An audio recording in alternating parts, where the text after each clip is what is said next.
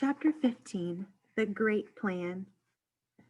"We've absolutely got to stop them," Sophie cried. "Put me back in your pocket, quick, and we'll chase after them and warn everyone in England they're coming." "Redunculous and impossible," the BFG said. "They is going 2 times as fast as me, and they is finishing their guzzle before we is halfway." "But we can't just sit here doing nothing," Sophie cried. "How many girls and boys are they going to eat tonight?" "Many," the BFG said. "The flesh lump-eating giant alone has a most squackling wopsy appetite." "Will he snatch them out of their beds while they're sleeping?" "Like peas out of a pottle," the BFG said. "I can't bear to think of it," Sophie cried. "Then don't," the BFG said. "For years and years I is sitting here on this very rock every night after night when they is galloping away, and I is feeling so sad for all the human beings they is going to gobble up. But I has had to get used to it. There is nothing I can do. If I wasn't a titchy little runty giant only 24 feet high, then I would be stopping them. But that is absolutely out of the window." "Do you always know where they're going?" Sophie asked. "Always," the BFG said. "Every night they is yelling at me as they go boodling past. The other day they was yelling, 'We is off to Mississippi and Miss Zuri to guzzle them both.'" "Disgusting," Sophie said. "I hate them." She and the big friendly giant sat quietly side by side on the blue rock in the gathering dusk. Sophie had never felt so helpless in her life. After a while, she stood up and cried out, "I can't stand it! Just think of those poor girls and boys who are going to be eaten alive in a few hours' time. We can't just sit here and do nothing. We've got to go after those brutes." "No," the BFG said. "We must," Sophie cried. "Why won't you go?" The BFG sighed and shook his head firmly. "I has told you 5 or 6 times," he said, "and the third will be the last. I is never showing myself to human beings." "Why ever not?" "If I do, they will be putting me in the zoo with all the jiggiraffes and caterpillars." "Nonsense," Sophie said. "And they will be sending you straight back to the orphanage," the BFG went on. "Grown-up human beings is not famous for their kindnesses. They is all squiffle rotters and grink sludgers." "That simply isn't true," Sophie cried angrily. "Some of them are very kind indeed." "Who?" the BFG said. "Name one." "The Queen of England," Sophie said. "You can't call her a squiffle rotter or a grink sludger." "Well," the BFG said, "you can't call her a squeak pip or a not mucher either," Sophie said, getting angrier and angrier. "The flesh lump eater is longing dearly to guzzle her up," the BFG said, smiling a little now. "Who, the Queen?" Sophie cried, aghast. "Yes," the BFG answered. "Flesh lump eater says he is never eating a queen, and he thinks perhaps she has an especially scrumdiddlyumptious flavor." "How dare he!" Sophie cried. "But Flesh lump eater says there is too many soldiers around her palace, and he doesn't try it." "He'd better not," Sophie said. "He is also saying he would like very much to guzzle one of the soldiers in his pretty red suit, but he is worried about those big black furry hats they is wearing. He thinks they might be sticking in his throat." "I hope he chokes," Sophie said. "Flesh lump eater is a very careful giant," the BFG said. Sophie was silent for a few moments. Then suddenly, in a voice filled with excitement, she cried out, "I've got it! By golly, I think I've got it." "Got what?" asked the BFG. "The answer!" cried Sophie. "We'll go to the Queen. It's a terrific idea. If I went and told the Queen about these disgusting man-eating giants, I'm sure she'd do something about it." The BFG looked down at her sadly and shook his head. "She is never believing you," he said. "Never in a month of Mondays." I think she would. Never, the BFG said. It is sounding such a wonky tall story. The queen will be laughing and saying, "What awful rub squash." She would not. Of course she would, the BFG said. I has told you before that human beings is simply not believing in giants. Then it's up to us to find a way of making her believe in them, Sophie said. And how is you getting in to see the queen anyway? Now hold on a sec, Sophie said. Just you hold on a sec because I've got another idea. Your ideas is full of crodswoggle, the BFG said. Not this one, Sophie said. You say that if we tell the queen, she would never believe us. I is certain she wouldn't, the BFG said. But we aren't going to tell her, Sophie said excitedly. We don't have to tell her. We'll make her dream it. That is an even more froth-bungling suggestion, the BFG said. Dreams is lots of fun, but nobody is believing in dreams either. You was only believing in a dream while you was actually dreaming it. But as soon as you was waking up, you was saying, "Oh, thank goodness, it was only a dream." Don't you worry about that part of it, Sophie said. I can fix that. Never can you fix it, the BFG said. I can, I swear I can. But first of all, let me ask you a very important question. Here it is. Can you make a person dream absolutely anything in the world? Anything you like, the BFG said proudly. If I said I wanted to dream that I was in a flying bathtub with silver wings, could you make me dream it? I could, the BFG said. But how? You obviously don't have exactly that dream in your collection. I do not, the BFG said, but I could soon be mixing it up. How could you mix it up? It is a little bit like mixing a cake, BFG said. If you was putting the right amounts of all the different things into it, you was making the cake come out any way you want. Sugary, spongy, currany, Christmassy, or grobswitchy. It is the same with dreams. Go on, Sophie said.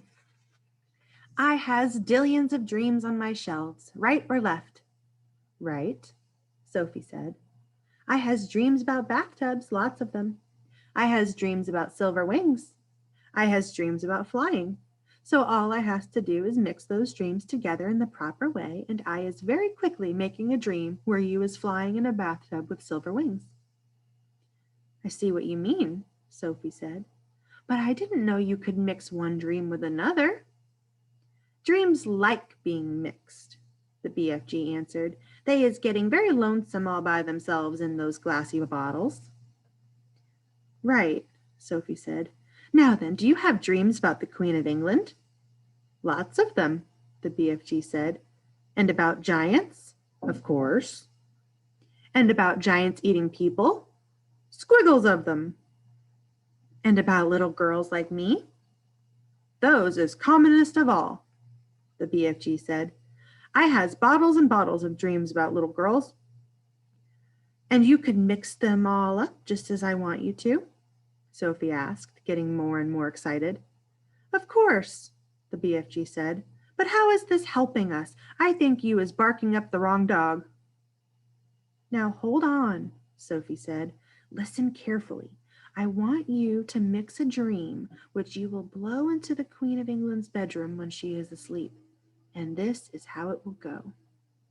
Now hang on a minute, the BFG said. How was I possibly going to get near enough to the Queen of England's bedroom to blow in my dream? You is talking dumb silly. I'll tell you that later, Sophie said. For the moment, please listen carefully. Here is the dream I want you to mix. Are you paying attention? Very close, the BFG said. I want the Queen to dream that 9 disgusting giants, each one about 50 feet tall, are galloping to England in the night. She must dream their names as well. What are their names again? Flesh Lump Eater, the BFG said. Man Hugger, Bone Cruncher, Child Chewer, Meat Dripper, Gizzard Gulper, Maid Masher, Blood Bottler, and the Butcher Boy. Let her dream all those names, Sophie said, and let her dream that they will be creeping into England in the depths of the witching hour and snatching little boys and girls from their beds. Let her dream that they will be reaching into the bedroom windows and pulling the little boys and girls out of their beds, and then... Sophie paused. Do they eat them on the spot, or do they carry them away first? She asked. They is usually just popping them straight into their mouths like popcorn, the BFG said. Put that in the dream. And then the dream must say that when their tummies are full, they will go galloping back to giant country where no one can find them. Is that all? The BFG said. Certainly not, Sophie said. You must then explain to the queen in her dream that there is a big friendly giant who can tell her where all those beasts are living, so that she can send her soldiers and her armies to capture them once and for all. And now let her dream one last and very important thing. Let her dream that there is a little girl called Sophie sitting on her windowsill who will tell her where the big friendly giant is hiding. Where is he hiding? Asked the BFG. We'll come to that later, Sophie said. So the queen dreams her dream, right? Right. Then she wakes up and the first thing she thinks is, oh, what a horrid dream. I'm so glad it was only a dream. And then she looks up from her pillow. And what does she see? What does she see? The BFG asked. She sees a little girl called Sophie sitting on her windowsill, right there in real life before her very eyes. How is you going to be sitting on the queen's windowsill, may I beg? The BFG said. You are going to put me there. And that's the lovely part about it. If someone dreams that there is a little girl sitting on her windowsill, and then she wakes up and sees that the little girl really is sitting there, that is a dream come true, is it not? I is beginning to see where you is driving to, the BFG said.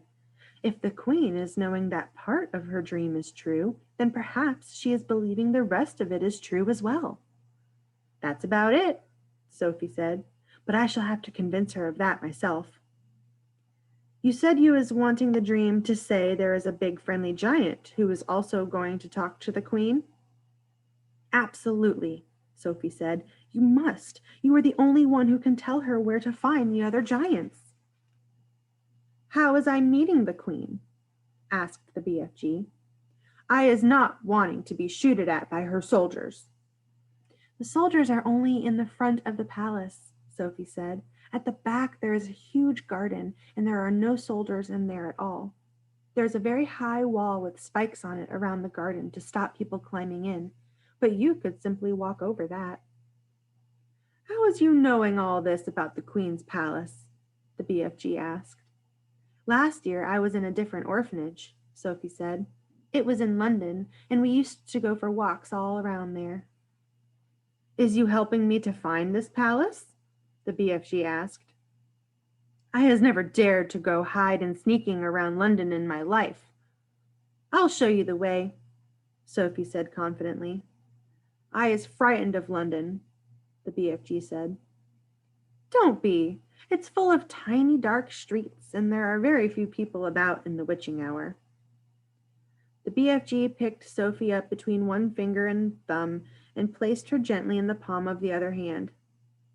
Is the Queen's palace very big? He asked. Huge, Sophie said. Then how is we finding the right bedroom? That's up to you, Sophie said. You're supposed to be an expert at that sort of thing. And you is absolutely sure the Queen will not put me in a zoo with all of the catty piddlers? Of course she won't, Sophie said. You'll be a hero, and you'll never have to eat snozcumbers again.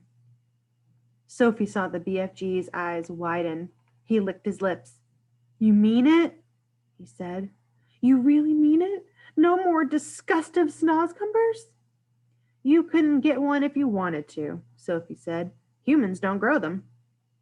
That did it. The BFG got to his feet.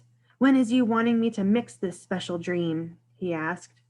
Now, Sophie said, at once. When is we going to see the Queen? He said. Tonight, as soon as you've mixed the dream." "Tonight?" the BFG cried. "Why such a flush-bunking hurry?" "If we can't save tonight's children, we can anyway save tomorrow's," Sophie said. "What is more, I'm getting famished. I haven't had a thing to eat for 24 hours. "Then we had better get crackling," the BFG said, moving back towards the cave. Sophie kissed him on the tip of his thumb. "I knew you'd do it," she said. "Come on, let's hurry." Oh my gosh, so exciting. So Sophie just came up with this crazy plan to get the Queen of England to help them with their giant problem. I cannot wait to see what happens next. Bye, guys.